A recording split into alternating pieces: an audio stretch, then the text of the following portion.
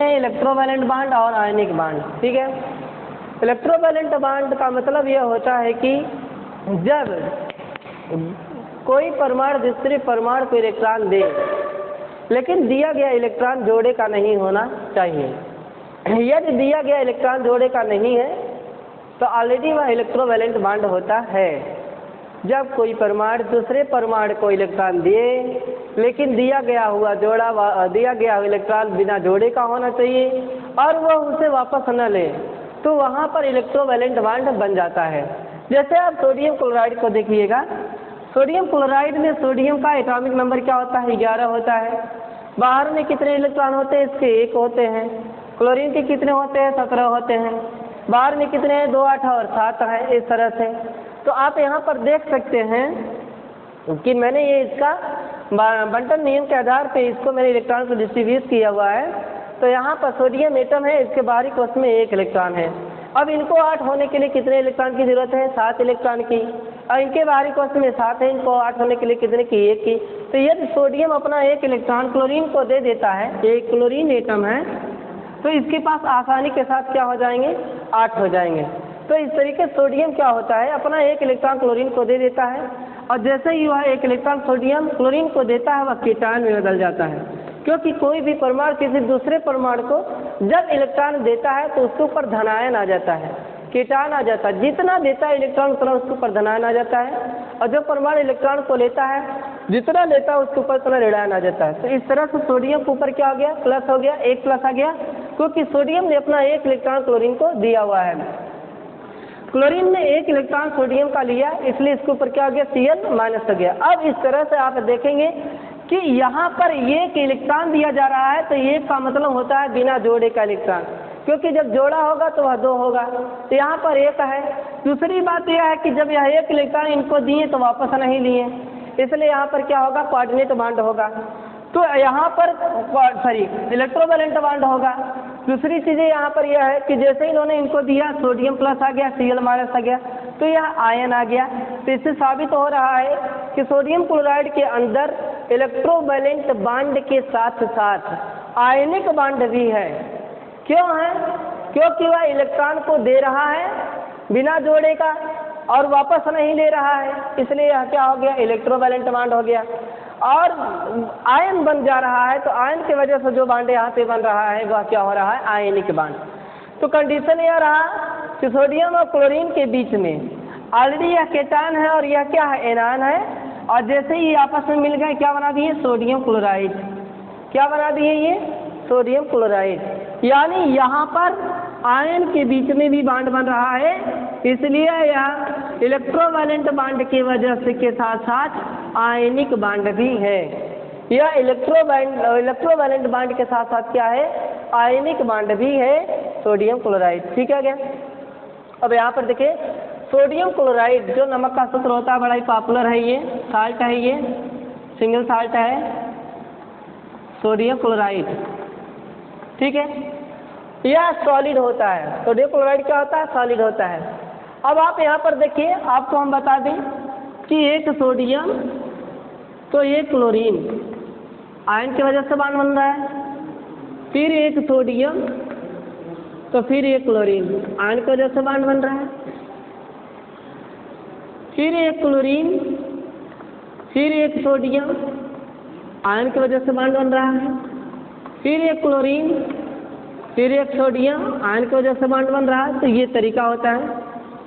फिर यहाँ पर 1 सोडियम, फिर यहाँ पर 1 क्लोरीन आयन की वजह से बांड बन रहा है, फिर यहाँ पर 1 सोडियम, फिर यहाँ पर 1 क्लोरीन आयन की वजह से बांड बन रहा है। तो इस तरीके से बनता है, देखिए सॉलिड बनता चला जा रहा है। तो यहाँ पर सोडियम की कोऑर्डिनेशन नंबर 8 होती है, 1 2 3 4 5 6 7 8। बीसीसी स्ट्रक्चर होता है, बॉडी सेंटर क्यूबिक क्रिस्टल होता है। यह बीसीसी होता है, बॉडी सेंटर क्यूबिक क्रिस्टल होता है, क्योंकि इसमें लैटिस पॉइंट के साथ साथ एक बॉडी के सेंटर में भी होता है, इसलिए बीसीसी होता है। ठीक है, चलिए कोई बात नहीं, इसका कंट्रीब्यूशन 1 होता है। नंबर ऑफ पार्टिकल जो होंगे 2 होंगे, सोडियम और क्लोरीन होगा।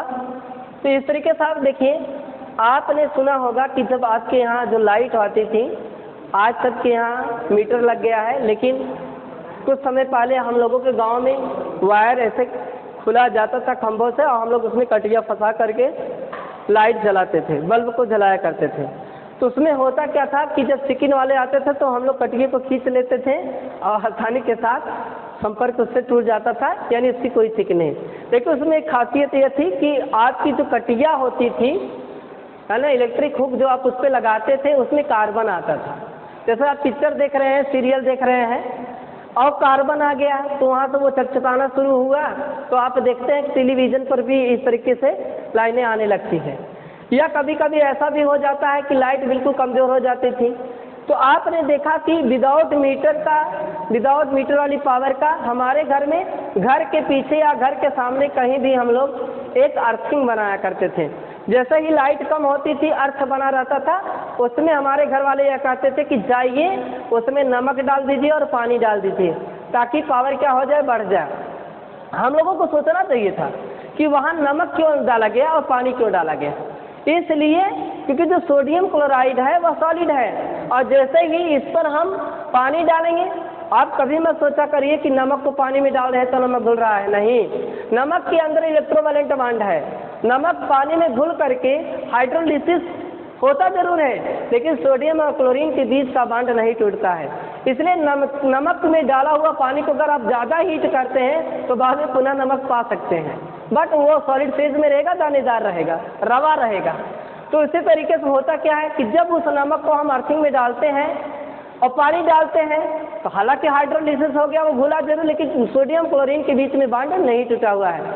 जैसे ही बिजली आता है, बिजली का करंट आता है, तुरंत ये जो स्पेस दिख रहा है यह स्पेस लैटिस स्पेस है, और यह लैटिस स्पेस के अंदर लैटिस एनर्जी इन्वॉल्व रहती है। क्या रहती है? Lattice energy. Lattice energy involve रहती है। जैसे ही लाइट आई इसके बॉन्ड को तोड़ा, और जैसे ही ये बॉन्ड टूटा, सोडियम प्लस में टूट गया, क्लोरीन माइनस में टूट गया, अलग हो गया।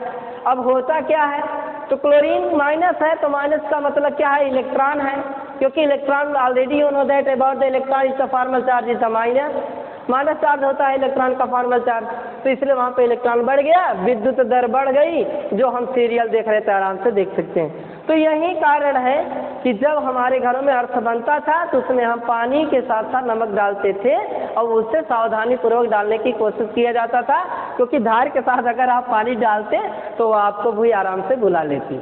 ठीक है, तो ये तरीका है सोडियम क्लोराइड का। तो आप जान लीजिए सोडियम क्लोराइड ही एक ऐसा मटेरियल है जिसके अंदर आयनिक बॉन्ड के साथ साथ कोवेलेंट बॉन्ड भी मिलता है। एक बार हम आपको रिकैप कर दे रहे हैं। बात यह है कोवेलेंट बॉन्ड किसे कहते हैं, सॉरी इलेक्ट्रोवैलेंट बॉन्ड किसे कहते हैं, जब इलेक्ट्रॉन दिया जाए लेकिन दिया गया इलेक्ट्रॉन जोड़े का ना हो, और एक एटम दूसरे एटम से ले और वापस न दिया जाए उसे, तो ऑलरेडी वहाँ पर जो बॉन्ड बनता है वहाँ पर इलेक्ट्रोवैलेंट बॉन्ड बनता है, वैद्युत संयोजी बंध बनता है जैसा सोडियम क्लोराइड, और इसके साथ साथ आयनिक बॉन्ड भी होता है। इस चीज़ को ध्यान रखिएगा। अब रही बात MgCl2 की, तो MgCl2 के अंदर केवल आयनिक बॉन्ड होता है। क्या होता है? आयनिक बॉन्ड होता है, इलेक्ट्रोवैलेंट बॉन्ड नहीं होता है, क्योंकि जो Mg है वह बारी बारी से इलेक्ट्रॉन क्लोरीन को दे देता है और अपने आप को किसमें बदल देता है, आयन में बदल देता है। तो ये रहा भाई आज का। तो मैंने आपको दो बॉन्ड अभी पढ़ा है, कोवैलेंट बॉन्ड और आयनिक बॉन्ड।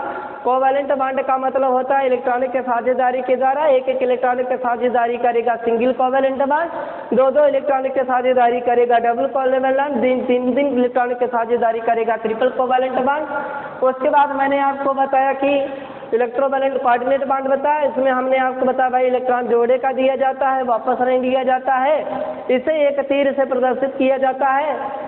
तो ये चीज़ आप ध्यान दीजिए। इसके बाद मैंने आपको इलेक्ट्रोवैलेंट बॉन्ड बताया, आयनिक बॉन्ड बताया।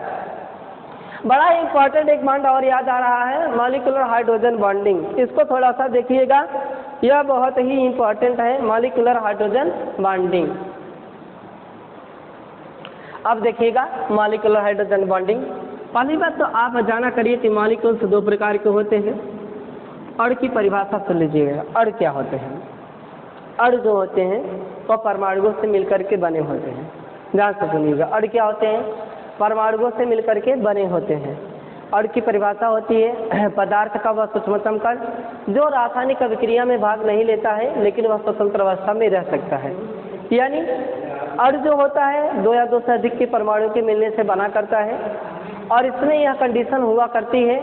और जो हुआ करते हैं यह ऑलरेडी यह हुआ करते हैं कि यह स्वतंत्र अवस्था में होते हैं लेकिन वह रासायनिक अभिक्रिया में भाग नहीं लेते हैं। और भी कई प्रकार के हैं, जैसे आप देख सकते हैं O2 है, Cl2 है, Cl2 है, ये सारे अणु जो होते हैं that is the homo diatomic molecules. ये क्या होते हैं? होमो डायटॉमिक मॉलिक्यूल्स होते हैं। क्या होते हैं ये? होमो डायटॉमिक मॉलिक्यूल्स होते हैं।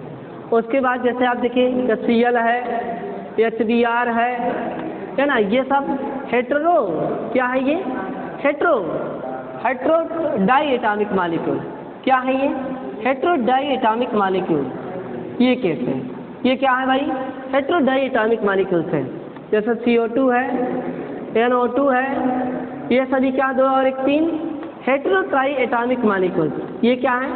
Hetero try atomic molecules. ये सब क्या है? Hetero try atomic molecules. तो यहाँ पर जो मॉलिक्यूल्स होते हैं वो मेनली 2 प्रकार के होते हैं। एक होमो होता है, दूसरा क्या होता है? डाई होता है। जो होमो डायटॉमिक मॉलिक्यूल्स होते हैं ऑलरेडी उसमें क्या होते हैं? सभी समान हुआ करते हैं, क्योंकि होमो का मतलब समान होता है।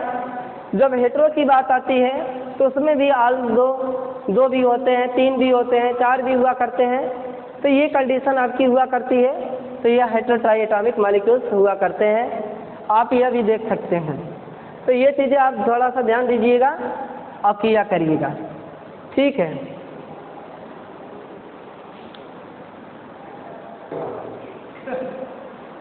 हाँ भाई, तब पता चले कि फिर मेहनत करें। ये हो गया आपका। अब हम आपको एक चीज़ और दिखाएंगे कि मॉलिक्यूल्स ज़रूर है, इसका बॉन्ड हम आपको हाइड्रोजन बॉन्डिंग दिखाने की कोशिश कर रहे हैं।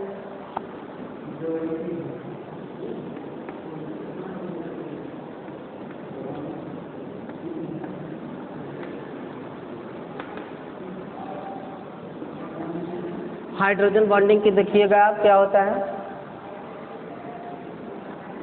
Hydrogen bond also formed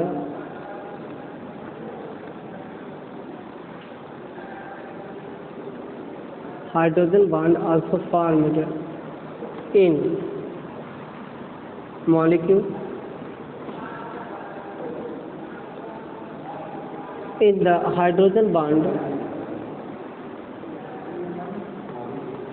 in the hydrogen bond also containing 2 types of atom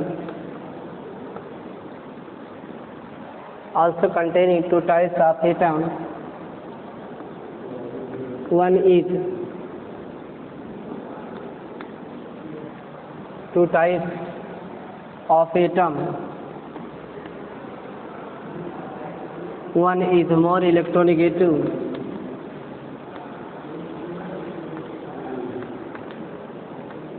and another is less electronegative. One is more electronegative and another is less electronegative. एक more electronegative होता है, दूसरा क्या होता है? less electronegative. So that इस आधार पर so that by the interaction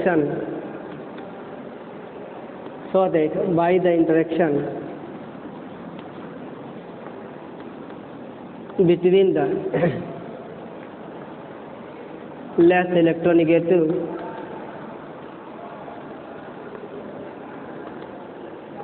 and more electronegative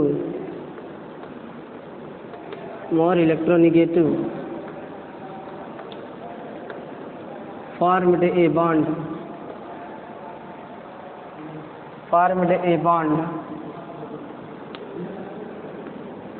which is not strong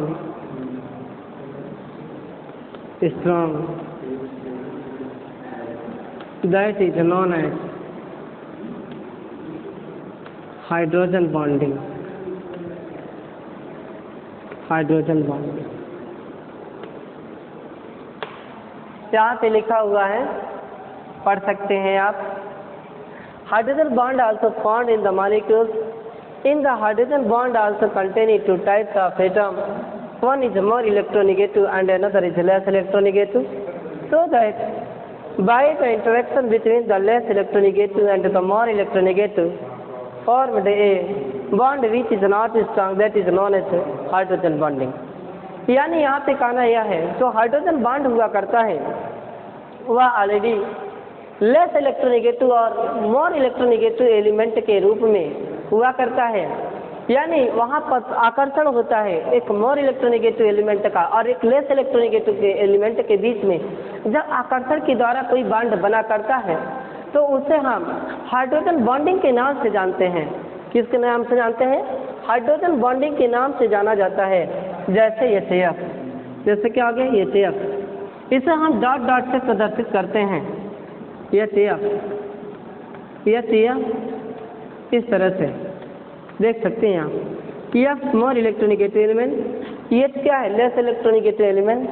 F more electronegative element, H less electronegative. तो यहाँ पर F और H के बीच में जो बॉन्ड बन रहा है बाय द अट्रैक्शन की वजह से बन रहा है, इसलिए यहाँ पे यह कौन सा बॉन्ड होगा? हाइड्रोजन बॉन्ड होगा। तो जब दो परमाणुओं के बीच में है ना ऑलरेडी उसमें से एक मोर इलेक्ट्रोनेगेटिव एलिमेंट हो और एक लेस इलेक्ट्रोनेगेटिव एलिमेंट हो, उसमें आपस में आकर्षण की वजह से जो बॉन्ड बनता हो, इंटरेक्शन की वजह से जो बॉन्ड बनता हो, उस बॉन्ड को इंटरेक्शन की वजह से जो बॉन्ड बनता है ऑलरेडी वह क्या कहलाता है? हाइड्रोजन बॉन्डिंग कहलाता है। क्या कहलाता है? हाइड्रोजन बॉन्डिंग कहलाता है।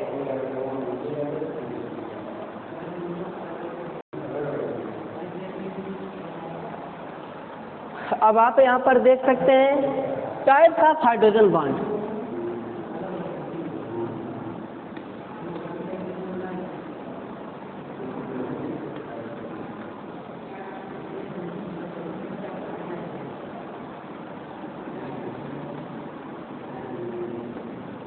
टाइप्स ऑफ हाइड्रोजन बॉन्ड, पहला है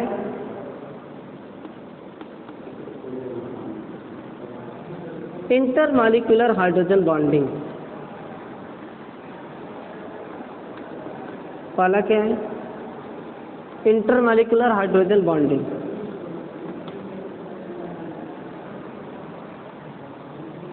दूसरा क्या है?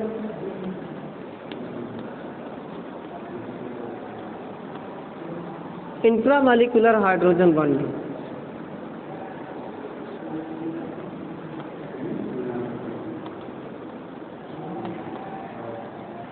पहला क्या है? Intermolecular hydrogen bonding. दूसरा क्या है? Intramolecular hydrogen bonding. ठीक है, तो पहला हम एक्सप्लेन कर रहे हैं, आप यहाँ पे देख सकते हैं। पहला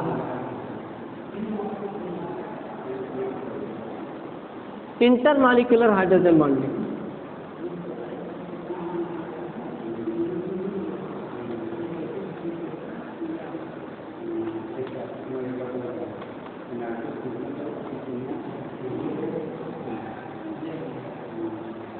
इंटरमॉलिक्यूलर हाइड्रोजन बॉन्डिंग में when the hydrogen bond formed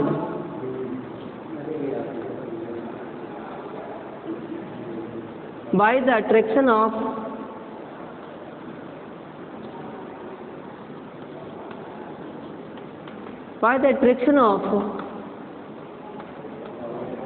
more electronegative element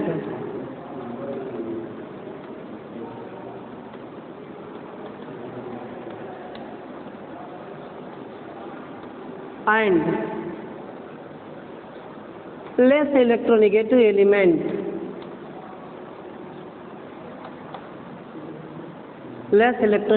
element, in separate molecule,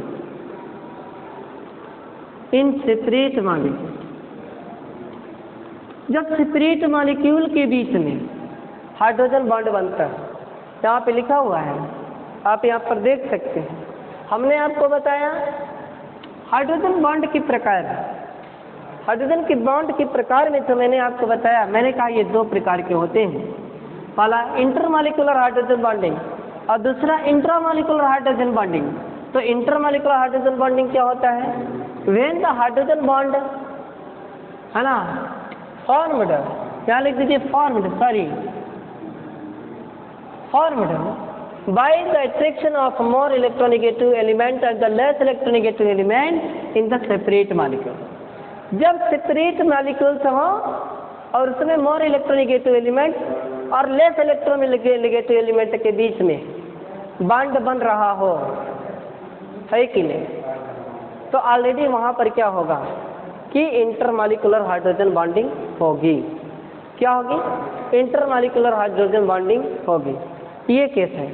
जैसे आप यहाँ पर देख सकते हैं कि H2O, कभी कभी JR एप्लीकेशन पूछा भी how many number of hydrogen bonding in the H2O, water molecule में कितने नंबर ऑफ हाइड्रोजन बॉन्ड हैं। तो एग्जाम्पल के रूप में आप ले सकते हैं। अभी मैंने आपको H2O बता रहे हैं, O और ये H हो गया, O यहाँ पर H, यहाँ पे H हो गया, फिर O हो गया यहाँ पर H, यहाँ पे H, 4 बार होते हैं बंद। कितनी बार? 4। तो एक यहाँ पर, एक यहाँ से, ये तरीका 3 ही बार दिखा के एक और दिखा दीजिए आप। तो ये आपका है ऑलरेडी इंटरमॉलिक्यूलर हाइड्रोजन बॉन्डिंग। क्या है ये? Intermolecular hydrogen bonding. क्यों? क्योंकि यह अलग अलग एटम के बीच में, मॉलिक्यूल्स के बीच में बन रहा है। ये क्या है? इंटरमॉलिक्यूलर हाइड्रोजन बॉन्डिंग है।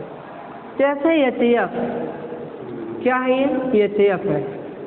इस तरह से HF ना, तो यहाँ पे F और H के बीच में बॉन्ड बन रहा है, इसलिए क्या हो जाएगा? इंटरमॉलिक्यूलर हाइड्रोजन बॉन्डिंग हो जाएगी।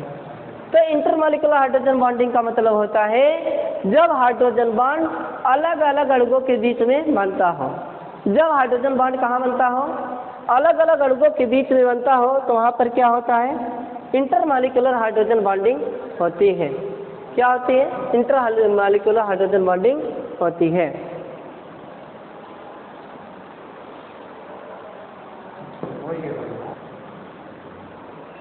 अब अगला है आपका इंट्रामॉलिक्यूलर हाइड्रोजन बॉन्डिंग। क्या है? Intramolecular hydrogen bonding.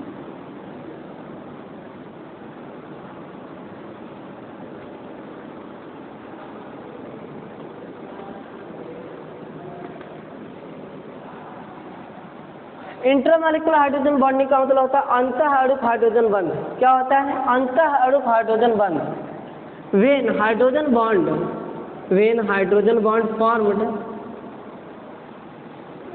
when hydrogen bond formed in same molecules,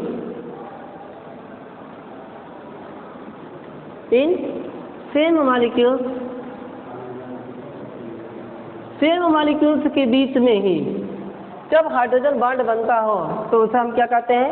intramolecular hydrogen bonding कहते हैं।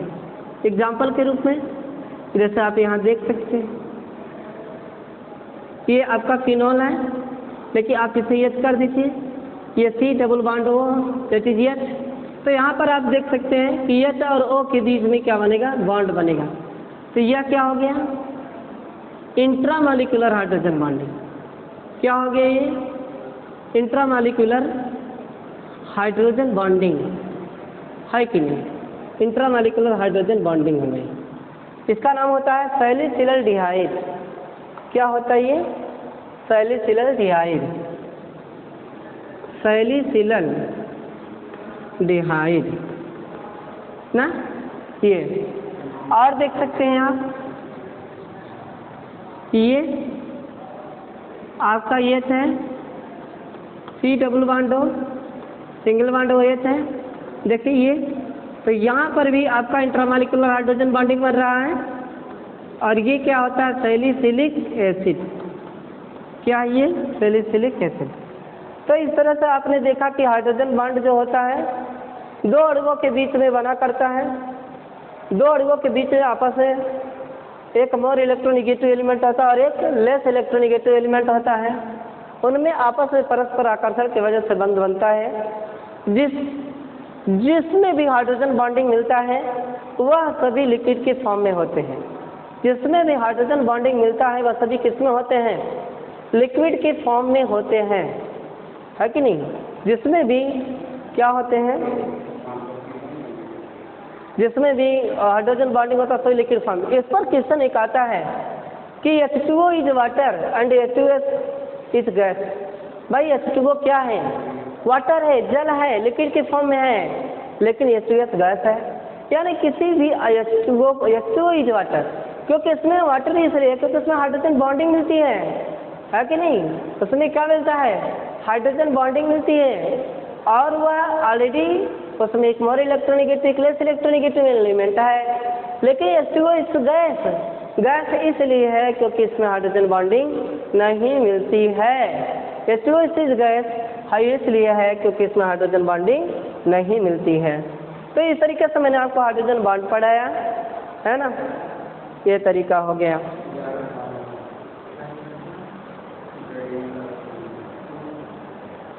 तो आज मैंने BSc पार्ट 1 का जो डिस्कस किया हुआ था वह डिस्कस केमिकल बॉन्डिंग से रिलेटेड किया हुआ था।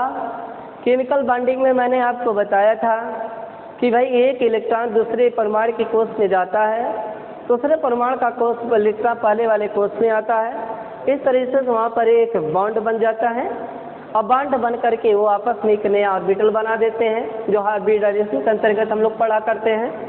फिर उसके बाद हमने कहा कि भाई इलेक्ट्रॉन के शेयरिंग के आधार पे, डोनर के आधार पे बॉन्ड कई प्रकार के होते हैं। मैंने आपसे बताया कोवैलेंट बॉन्ड, हमने कहा जो इलेक्ट्रॉनों के साझेदारी के द्वारा बॉन्ड बनता हो तो वहाँ पर कोवैलेंट बॉन्ड होता है कि नहीं? वहाँ पे क्या होता है? कोवैलेंट बॉन्ड होता है। कोवैलेंट भी 3 टाइप के हमने बताया आपको कि जब एक इलेक्ट्रॉनिक के साझेदारी होगी तो सिंगल कोवैलेंट बॉन्ड होगा, जब 2 इलेक्ट्रॉनिक के साझेदारी होगी तो डबल कोवैलेंट बॉन्ड होगा, जब 3 इलेक्ट्रॉनिक के साझेदारी होगी तो ट्रिपल कोवैलेंट बॉन्ड होगा। फिर उसके बाद हमने आपको कोऑर्डिनेट बॉन्ड बताया।